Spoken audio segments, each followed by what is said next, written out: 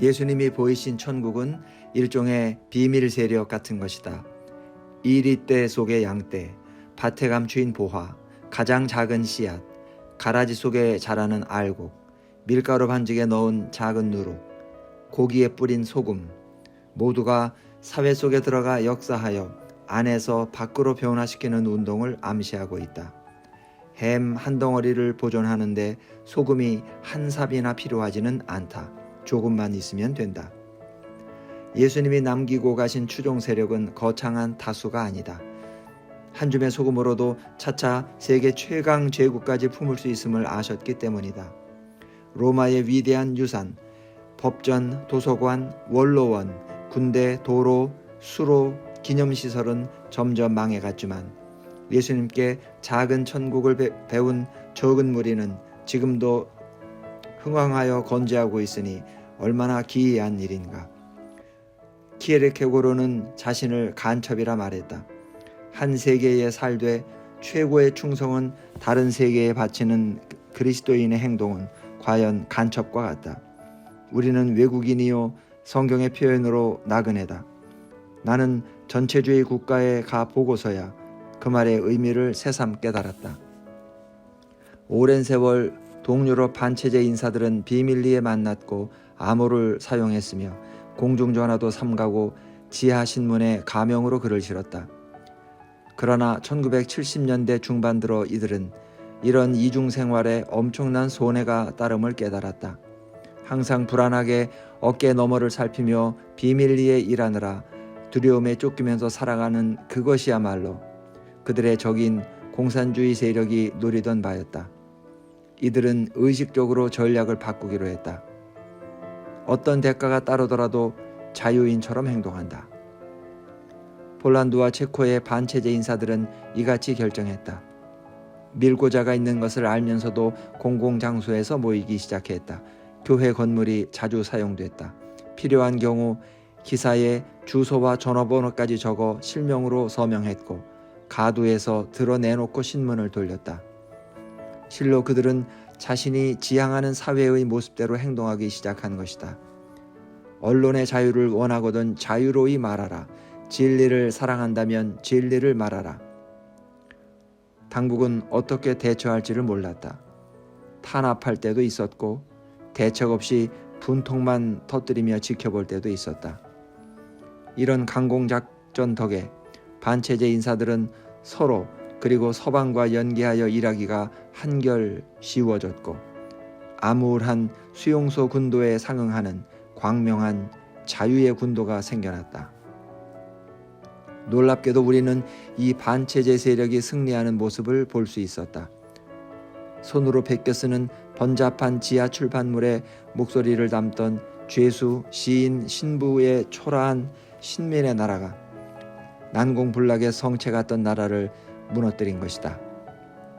나라마다 당국의 선전을 능가하는 종종 그의 상충되는 진리를 때로는 조용히 때로는 큰 소리로 주창하며 저항 세력 역할을 해낸 것은 교회였다. 폴란드 천주교인들은 우리는 당신들을 용서한다고 외치며 정부 청사 앞을 지나갔다. 동독 그리스도인들은 촛불을 들고 기도하며 거리를 행진하여 끝내 베를린 장벽이 썩은 댐처럼 무너져 내린 그 밤을 맞았다.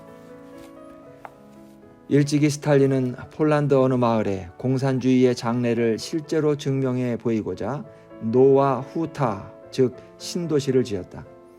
그는 한 번에 온 나라를 바꿀 수는 없지만 차후 건설할 세계의 맛보기로 번쩍이는 철강 공장, 큼직한 아파트, 충분한 공원, 널찍한 도로를 갖춘 신도시 하나는 지을 수 있다고 말했다. 나중에 노와 후타는 도시 하나 제대로 바꿀 수 없는 공산주의의 실패의 상징으로 전락해 결국 폴란드 자유노조의 본산이 되었다. 이 세속사회에서 그리스도인들이 똑같은 방식을 사용해 성공하면 어떨까?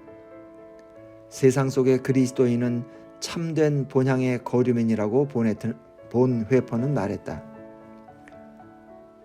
그리스도인들은 도처에 참된 본향을 닮은 천국의 식민지를 세우는 일에 더 분발해야 할 것이다. 교회가 더 좋은 길이 보이는 창문 대신 주변 세상을 그대로 비추는 거울을 들고 있을 때가 얼마나 많은지 모른다. 세상이 악명 높은 죄인을 멸시하면 교회는 그를 사랑할 것이다. 세상이 가난하고 고통받는 이에게 도움을 끊으면 교회는 압제받는 자를 거둘 것이다. 세상이 사회의 밑바닥 인생을 모욕하면 교회는 하나님의 화해의 사랑을 전할 것이다. 세상이 이익과 자기 만족을 구하면 교회는 희생과 봉사에 힘쓴다. 세상이 복수를 요구하면 교회는 은혜를 베푼다. 세상이 갈라지면 교회는 연합한다. 세상이 적을 짓밟으면 교회는 원수를 사랑한다. 적대적인 세상 속의 천국 식민지, 적어도 그것이 신약 성경이 말하는 교회의 비전이다. 공산주의 국가의 반체제 인사처럼 그리스도인들도 살아가는 법칙이 다르다. 본회포는 유별나고 이례적이라는 뜻에서 우리를 특이한 사람이라 썼다. 이는 예산일이 아니다. 예수님이 십자가에서 돌아가신 것은 선량한 시민이 되어서이거나 남들보다 좀 더 착하게 살아서가 아니다. 당시 권세 잡은 자들은 예수님과 제자들을 전복 세력으로 정확히 보았다. 그들이 로마나 예루살렘보다 높은 권세의 명령에 따랐기 때문이다. 전복 세력인 교회가 현대 미국에서는 어떻게 보일까? 미국이 지상에서 가장 종교적인 나라라는 말이 있다. 그 말이 사실이라면 거기서 한 가지 두려운 질문이 나온다. 달라스 윌라드는 이렇게 표현했다. 소금이 많을수록 고기에 미치는 영향도 커야 하는 것 아닌가? 특이한 사람으로서 그리스도인들은 분명 주변 세상보다 높은 기준을 가진 개인 윤리를 보여야 한다. 그러나 한 가지 예만 보자. 여론조사가 조지 바나에 따르면 이혼율의 경우 현대 미국의 거듭난 그리스도인이 불신자보다 높고 그 중에서도 근본주의자로 자처한 집단이 가장 높다. 사실 이혼율이 가장 높은 6개 주 중 4개가 근본주의를 중심으로 하여 미국 남부의 신앙이 두터운 지역, 소위 바이블 벨트라고 불리우는 주에 들어가 있다. 현대의 그리스도인들은 독특하기는커녕 남들과 똑같거나 더 나쁜 경향을 보이고 있다. 개인 윤리 수준이 주변보다 높지 않은 한 도덕적 방부제 역할은 머나먼 일이다. 그러나 설사 그리스도인의 윤리 수준이 최고에 달한다 해도 그것만으로는 복음을 충족시킬 수 없다. 바리새인들의 윤리는 흠잡을 데 없지 않았던가. 예수님은 그리스도인의 표지를 한 단어로 축약하여 말씀하셨다. 너희가 서로 사랑하면 이로써 모든 사람이 너희가 내 제자인 줄 알리라. 교회가 전복 세력이 될 수 있는 가장 확실한 길은 이 한 가지 명령에 일관성 있게 순종하는 것이다. 정치가 교회에 덫이 된 이유는 권력이 사랑과 공존할 수 없기 때문일 것이다. 권력자들은 아군 목록과 적군 목록을 따로 뽑은 뒤 아군에게는 상을 주고 적군에게는 벌을 준다. 그리스도인의 계명은 원수까지 사랑하는 것이다. 닉슨 정부에서 권력 정치의 수완을 유감없이 발휘했던 척 콜슨은 정치가 현대사회의 문제를 해결할 수 있다고 믿지 않는다고 털어놓았다. 교회가 세상에 사랑을 가르칠 수 없다면 사회 변화를 위해 아무리 애써도 부질없는 일이다. 콜슨은 권력의 법칙 대신 사랑의 계명에 순종한 한 그리스도인의 감동적인 사례를 소개한 바 있다. 닉슨 대통령은 불명예스럽게 하야한 후 산 클레멘트 자택에 돌아가 사실상 외톨이가 되어 지냈다. 처음에는 찾는 이도 거의 없었다. 자기 명예마저 더럽혀가며 닉슨과 같이 있으려는 정치가가 없었던 것이다. 단 하나. 이빠른 말로 상원에서 자주 닉슨의 말에 맞서던 그리스도인 마크 해트필드만이 예외였다. 콜슨은 그에게 어쩌자고 위험을 무릅쓰고 산 클레멘트에 드나드는 거냐고 물었다. 해트필드는 답했다. 닉슨 씨에게 누군가 사랑하는 사람이 있음을 알려주고 싶었습니다. 빌리 그레함은 클린턴 부부와 만나고 취임식 때 기도해 주었다고 비난을 받았다. 그레함 역시 사랑의 계명은 정치적 차이를 뛰어넘는 것임을 믿었기에 정책과 상관없이 해리 트루만 이후 모든 대통령을 섬겨온 것이다. 나는 사적인 자리에서 그레함 목사에게 어떤 대통령과 가장 많은 시간을 보냈는지 물어보았다. 놀랍게도 그는 정치적으로 자신과 큰 차이를 보였던 린든 존슨을 꼽았다. 존슨은 죽음에 대한 두려움으로 항상 주변에 목사를 원하는 것 같았다. 그레함에게는 정책보다 사람이 훨씬 중요했다. 냉전의 절정기였던 브레즈네프 시절 빌리 그레함은 러시아를 방문해 정부 및 교회 지도자들을 만났다. 미국 보수주의자들은 러시아인들에게 예의와 존경을 표하는 그를 비난했다. 인권 탄압 및 종교 자유 박탈을 질책하며 좀 더 선지자다운 면모를 보였어야 한다는 것이다. 교회를 50년이나 후퇴시켰다고 비난한 사람도 있었다. 그레함은 그 말을 듣고 고개 숙여 답했다. 실은 교회를 2000년 전으로 되돌리려 힘써왔는데 정말 부끄럽습니다. 정치는 사람들 사이에 선을 긋는다. 반대로 예수님의 사랑은 그 선을 끊고 은혜를 베푼다. 그리스도인들이 정치에 가담하지 말아야 한다는 말이 아니다. 가담하되 정치의 법칙이 사랑의 계명을 대신하게 해서는 안 된다는 말이다. 내 친구 중에 임신 상담소에서 일하던 여자가 있다. 독실한 천주교 신자인 친구는 내담자들을 선도해 낙태를 피하게 하고 아이를 길러줄 양부모를 찾아주는 일을 했다. 상담소가 어느 유명한 대학교 옆에 있다 보니 낙태 찬성 데모대의 감시 표적이 되는 일이 잦았다. 눈 내리고 추운 미시간주의 어느 겨울날 친구는 빵과 커피 심부름을 보내며 상담소를 막아선 시위대가 모두 먹을 수 있도록 충분한 양을 사오게 했다. 음식이 도착하자 친구는 직접 가지고 나가 그들에게 주었다. 그러면서 말했다. 이 문제에 대해 우리 입장이 서로 다른 건 압니다. 하지만 저는 여전히 학생들을 존중해요. 이렇게 밖에 하루 종일 서 있으려면 얼마나 춥겠어요. 드시고 기운을 돋우면 좋을 것 같아요. 시위대는 충격 때문에 입을 열지 못했다. 대부분 마시지는 않으면서도 중얼중얼 고맙다고 말하며 커피만 쳐다보고 있었다. 그리스도인도 권력의 세계에 들어설 수 있으나 그로 인해 사랑을 뒷전으로 할 수는 없다. 마틴 루터 킹 주니어는 말했다. 사랑 없는 권력은 무모한 남용에 빠진다. 최선의 권력은 사랑으로 정의의 요구를 시행하는 것이다. 프리드리히 니체는 기독교 교회가 약하고 천하고 못난 것들 편에 선다고 비난했다. 권력과 경쟁 위주의 진화 법칙을 와해시키는 연민의 종교를 질책한 것이다. 니체는 은혜의 파문에 손가락질을 했다.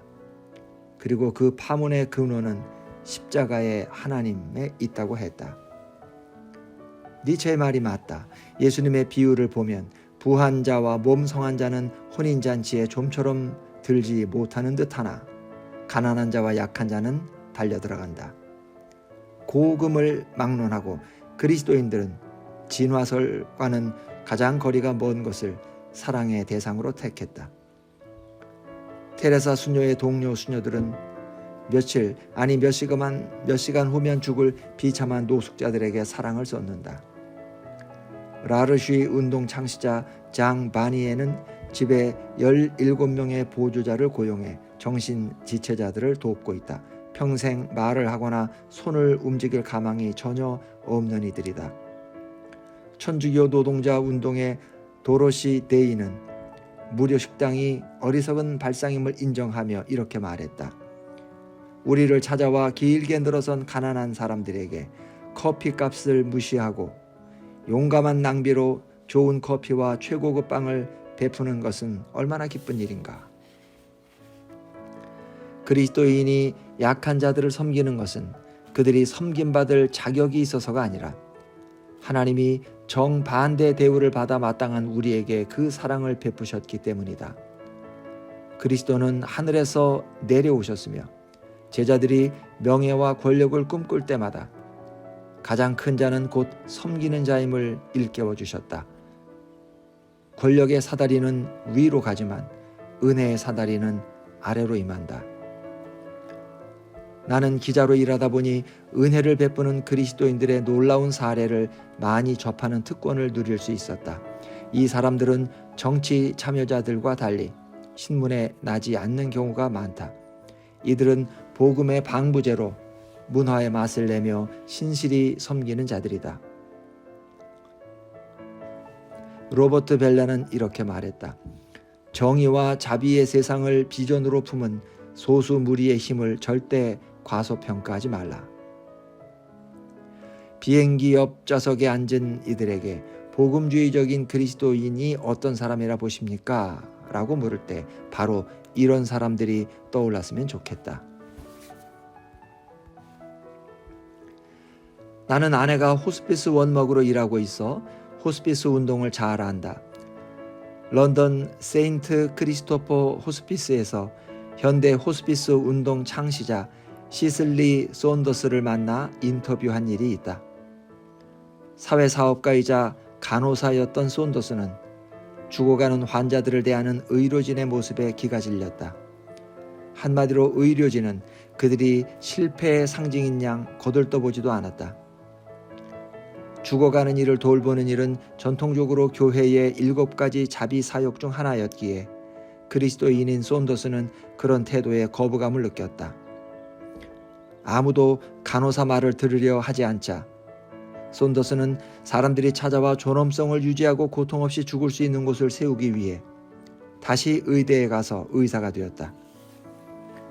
현재 호스피스는 미국 내에 있는 2,000개를 포함하여 40개국에 존재하고 있으며 그중 반은 기독교에 기반을 두고 있다.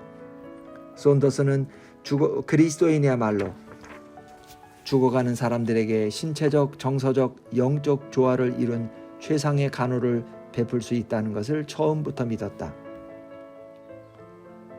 12단계 프로그램을 바탕으로 주중 어느 밤이든 미국 전역의 교회 지하실, 재향군인 회관, 거실 등에서 모이는 수많은 집회를 빼놓을 수 없다.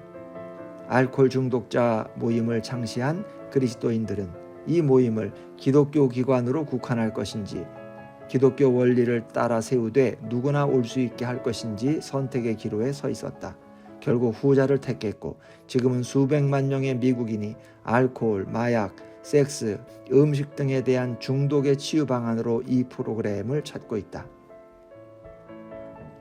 지금도 남부 특유의 코맹맹이 소리로 말하는 엘라베마주 출신 백만장자 사업가 밀라드 풀러도 있다. 돈은 많았으나 불행했던 그는 결혼에 실패한 후 조지아주 아메리커스에 가 클래런스 조단과 코이노니아 공동체에 빠져들었다. 오래지 않아 풀러는 모든 재산을 처분하여 지구상 모든 이는 집다운 집에 살 자격이 있다는 단순한 전제하에 기관을 하나 설립했다. 국제 헤비타드 운동이다. 헤비타드 운동에는 세계 각지에 집을 짓겠다는 자원봉사자가 수천 명씩 몰려들고 있다. 풀러가 저 일을 의심하는 어느 유대인 여자에게 자기 일을 이렇게 설명해 주었다는 이야기를 들은 일이 있다. 부인, 우리는 전도하려 하지 않습니다. 그리스도인이 아니어도 우리가 지은 집에 사실 수 있고 또 지으실 수 있습니다. 그러나 분명한 사실은 저와 많은 자원봉사자들이 이 일을 하는 이유는 예수님의 말씀에 순종하기 때문입니다. 워터게이트 사건으로 감옥에 갇혔다가 출소할 때는 상향 욕구 대신 하향 욕구를 가지고 나온 척 콜슨도 있다. 그가 설립한 교도소 선교회는 현재 80여 개국에서 활동 중이다. 콜슨의 천사나무 사업 덕에 200만 명이 넘는 미국 죄수 가족이 크리스마스 선물을 받았다. 교인들이 굶주리는 죄수들에게 갓 구운 빵과 스튜가 담긴 통을 들고 오는 나라도 있다. 브라질 정부는 한 감옥의 감독권을 아예 교도소 선교회에 넘겨주어 그리스도인 재소자들이 자체 운영하게 했다. 후마이타 감옥에는 직원이 둘밖에 없는데도 폭동이나 탈옥의 문제가 전혀 없고 출소자 재범률도 브라질 전역이 75%인 반면 이곳은 4%밖에 되지 않는다. 제3세계 국가들의 많은 어린이들이 입천장이 갈라져도 치료를 받지 못하고 그냥 평생 사는 모습에 충격을 받은 정형외과 의사 빌 매기도 있다. 이 아이들은 웃을 수 없고 입술이 항상 비웃는 것처럼 삐뚤게 벌어져 있어 사람들의 웃음거리가 되곤 한다. 매기는 아내와 함께 미소 수술이라는 프로그램을 개발했다. 베트남, 필리핀, 케냐, 러시아, 중동 등지의 의사들과 후원 인사들이 한 비행기 가득 타고 가서 아이들의 얼굴 기형을 고쳐주기로 한 것이다. 그들은 현재까지 3만 6천 명 이상을 수술해 주어서 아이들의 미소를 유산으로 남기고 있다.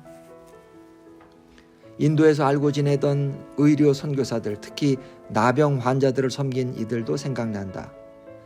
비은혜의 척도가 있다면 천민 계급 출신 나병 환자들보다 더 멸시받는 집단은 이 세상에 없다. 더 이상 내려갈 곳이 없다. 나병 치료의 중대한 진전은 거의가 기독교 선교사들의 산물이다. 나병 환자들을 직접 만지며 간호하려는 사람이 그들밖에 없기 때문이다.